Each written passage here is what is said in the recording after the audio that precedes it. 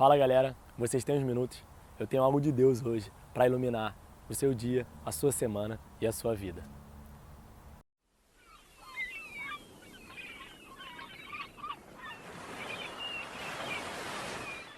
Meu nome é Matheus Gonçalves, eu tenho 21 anos, sou aqui do Rio de Janeiro, membro da Igreja Evangélica Assembleia de Deus na Itaoca, IEVAD, e eu estou hoje aqui gravando esse primeiro vídeo de muitos outros que eu pretendo compartilhar com você.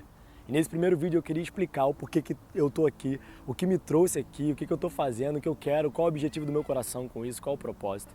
Sabe, há alguns meses eu tenho sido muito abençoado por um grande pastor, pastor Luciano Subirá, pastor em Curitiba, da comunidade Alcance. E ele é um pastor conhecido em todo o Brasil. Se você procurar na internet, no YouTube, você vai ver diversos vídeos, diversas pregações dele, de 40 minutos, 1 hora e meia. E é um pastor que tem me abençoado muito. Agora, recentemente ele lançou um novo projeto chamado Sub-12. Esse é um projeto em que ele grava mensagens em formatos de até 12 minutos. No começo do projeto, ele citou aquele texto de Abacuque, capítulo 2, versículo 2, quando Deus fala para o profeta: escreve a visão, grava-a na tábua, para que até aquele que passa correndo possa ver. Sabe, será que todas as pessoas têm tido a oportunidade e a possibilidade de assistir uma pregação, uma palavra de 1 hora? Será que um vídeo um pouco reduzido, semanal, não possa abençoar a vida de alguém? Que ela possa assistir no seu horário de almoço, indo para o trabalho, voltando dele? Desde que eu comecei a acompanhar esse projeto, o Espírito Santo tem me incomodado de uma forma muito especial. Eu comecei a pensar em algumas coisas num determinado dia, enquanto eu rolava a timeline no meu Facebook. Depois de alguns minutos rolando, eu parei para pensar no que estava prevalecendo, sabe? Depois de todos aqueles minutos olhando o que eu tinha tido acesso, o que eu estava vendo, e eu vi que, na verdade, o que tinha prevalecido não era algo que pudesse ajudar ou abençoar a vida de alguém. Então isso começou a me incomodar de uma forma muito forte. Eu comecei a orar a Deus, sendo que eu não tinha o mínimo de estrutura possível para estar aqui, para disponibilizar isso para vocês. Foi aí que o Senhor colocou algumas pessoas na minha vida e eu queria mencioná-los aqui rapidamente, pessoas sem a qual eu não estaria aqui, esse trabalho não estaria sendo possível. No determinado dia, eu decidi falar com a Ana, que é uma grande amiga minha, e eu sabia que a Ana, assim como eu, também não ia ter o conhecimento necessário específico para fazer a edição desse vídeo. Já havia trabalhado com ela em alguns projetos antes, mas eu falei: Ana, o Senhor está me incomodando dessa forma, o Senhor está falando comigo isso. E desde então, coisas incríveis e sobrenaturais têm acontecido. A Ana virou para mim e falou assim: Matheus, isso é a resposta de Deus para minha vida. Matheus, sabe, eu estava precisando disso, você não sabe o quanto isso vai influenciar na minha vida. Que está ali na câmera também o Thiago, que é alguém que faz parte dessa equipe, é alguém que tem impulsionado e tem nos ajudado com a questão da estrutura e do que ainda nós não sabemos. Sabe, e talvez você me pergunte: Matheus, por que farol? Eu queria explicar para você por que esse nome. Você provavelmente conhece, já viu um farol, aquela estrutura, construção junto ao mar, em formato de torre com foco luminoso no alto. E para que servia um farol, para que serve um farol? Sabe, na navegação antiga, enquanto não havia GPS e outros meios eletrônicos de ver determinada coisa, o farol ele servia para duas coisas principais.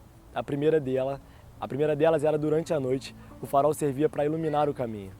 Sabe, os navegadores, os barcos não tinham quase nenhuma iluminação, então o farol literalmente ditava o caminho por onde aquele barco ia passar. A palavra do Senhor fala em Salmo 119, versículo 105, lâmpada para os meus pés é a tua palavra e luz para os meus caminhos. Além disso, o farol também era conhecido como um lugar de refúgio, um lugar de socorro. Ao você avistar um farol, significava que você não estava perdido, ou que você estava chegando no lugar que tinha pretendido, ou então que naquele lugar você ia conseguir achar recursos para continuar a sua viagem. Em Provérbios 18:10, a palavra do Senhor diz: o nome do Senhor é torre forte, sob a qual o justo busca refúgio e permanece seguro.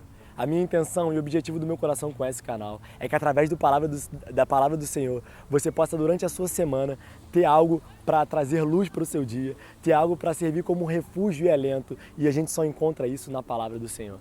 Aproveitando essa primeira oportunidade, eu queria nesse primeiro vídeo tratar sobre algo muito importante e que nós precisamos refletir e pensar sobre. Eu queria falar sobre ser luz. No Evangelho de João, no capítulo 8, no versículo 12, o Senhor diz: eu sou a luz do mundo. Quem me segue não andará em trevas, mas terá a luz da vida. Sabe, eu fico impressionado porque o Senhor não só diz que nós não andaremos em trevas e andaremos em luz, mas Ele fala que nós teremos a luz da vida. No Evangelho de Mateus, no capítulo 5, do versículo 14 ao 16, o Senhor trata isso de uma forma muito específica e de uma forma muito linda. Ele começa dizendo: vocês são a luz do mundo. Não se pode esconder uma cidade edificada sobre um monte. Essa palavra é muito óbvia. Você consegue imaginar uma cidade edificada sobre uma montanha? Como passar por ela e não ver essa cidade? Como mesmo de longe não reparar que ela está lá? E eu acredito que quando o Senhor está falando sobre isso, Ele está falando sobre o nosso papel na sociedade. Sabe, eu tenho visto que algumas pessoas, se possível, elas simplesmente trancariam na congregação, juntariam um pequeno grupo de pessoas que pensam a mesma coisa e se excluiriam de todo o resto do mundo. Sendo que quando nós vamos ver as atitudes de Jesus, não era bem isso que Ele fazia. Sabe, Jesus, Ele nunca, durante a sua caminhada na terra, quis mostrar que estava fazendo seguidores, discípulos e apóstolos para que essas pessoas se trancassem e se isolassem das demais. Pelo contrário, o Senhor sempre quis mostrar interesse pelos mais necessitados, pelos discriminados, por aqueles que mais careciam de amor e de cuidado. É essa a responsabilidade que nós temos. Em João capítulo 17, versículo 15, o Senhor Jesus diz: Pai, em sua oração de súplica intercessória ao Deus, Ele diz assim: Pai, eu não quero que os tire do mundo, mas eu quero que os guarde do mal. 2 Coríntios capítulo 5, versículo 20, Paulo diz: nós somos embaixadores de Cristo. Cara, a gente tem a responsabilidade de levar o nome de Cristo e o seu reino por onde quer que nós estejamos. É como uma profissão integral e ininterrupta até o grande dia que nós estaremos com o nosso Senhor.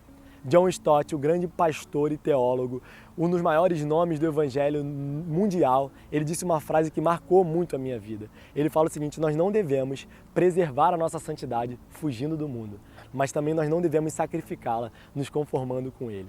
O Senhor continua no versículo 15 dizendo o seguinte: olha, não se acende uma candeia para colocá-la debaixo do alqueire. Antes ela é colocada no velador para que todo aquele que entre na casa seja iluminado por ela. Em outras traduções, para você entender um pouco melhor, diz: ninguém acende uma lamparina para colocá-la debaixo do cesto.